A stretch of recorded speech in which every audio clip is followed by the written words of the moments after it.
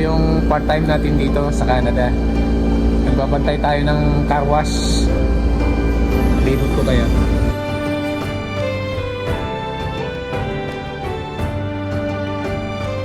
Pag busy, napupuno ito.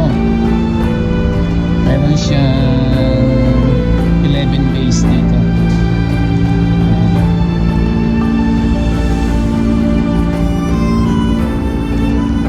Ito ang itsura ng mga car wash dito sa Canada. So maluwag yan kasi yung pickup o truck.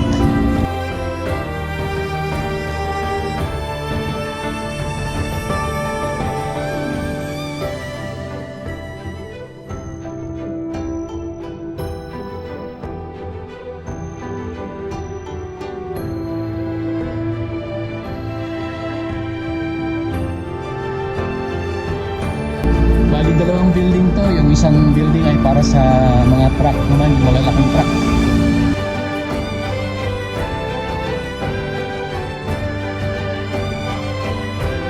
Sa kabilang building yun yung truck wash, sarado na kasi 8:40 ang sarado nun. Sinarado ko na. Ito naman yung dog wash. May dog wash kami dito. Sarado na rin. At dito naman ay yung automatic wash, sarado na rin. Naman ito malawak to eh. So doon to sa gitna may naman doon, vacuum. Gusto mo mag vacuum, nandun yung vacuum, yung mailaw na pula na yan. Ayan, itong tabing kalsada lang yan.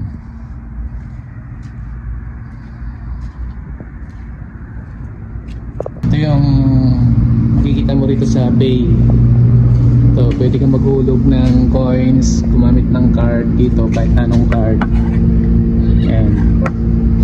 Tapos yung mga function nya. Ayan, dito makikita mo yung time kung ilang pa yung time mo. Ayan, ito yung one, vacuum. Ito dryer naman yan, yung blue. Ito yung brush, foam brush. Malabas yung sabon dyan. Maraming salamat ulit kaibigan sa iyong panonood, at kung hindi ka pa nakapag-subscribe, please subscribe at paki-like and share na rin ang video na ito. Maraming salamat po, at ito ang Buhay Canada.